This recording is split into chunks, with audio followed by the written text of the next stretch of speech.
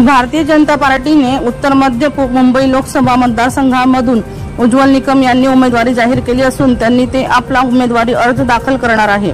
मात्र उमेदवारी अर्ज भरण्याआधी उज्ज्वल निकम यांनी विशेष सरकारी वकील पदाचा राजीनामा दिला आहे। राज्य सरकारने निकम यांचा राजीनामा स्वीकारला आहे। आज उज्ज्वल निकम आपला उमेदवारी अर्ज भरणार आहेत। अर्जाची छाननी उद्या केली जाणार आहे। उत्तर मध्य मुंबईतून ज्येष्ठ वकील उज्ज्वल निकम यांना उमेदवारी देण्यात आली आहे। निकम यांच्या उमेदवारीमुळे भाजपच्या खासदार पूनम महाजन यांचा पत्ता कट झाला आहे। उज्ज्वल निकम हे कायमच हाय प्रोफाईल केसेसमुळे चर्चेत येत असतात।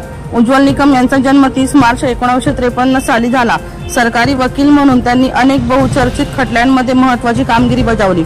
दहशतवादी अजमल कसाब विरुद्ध खटल्यात सरकारी वकील म्हणून काम पाहिले। उज्ज्वल निकम यांना प्रमोद महाजन स्मृती पुरस्काराने गौरवण्यात आले आहे। दीपक राठोड यांचा रिपोर्ट DR न्यूज जळगाव।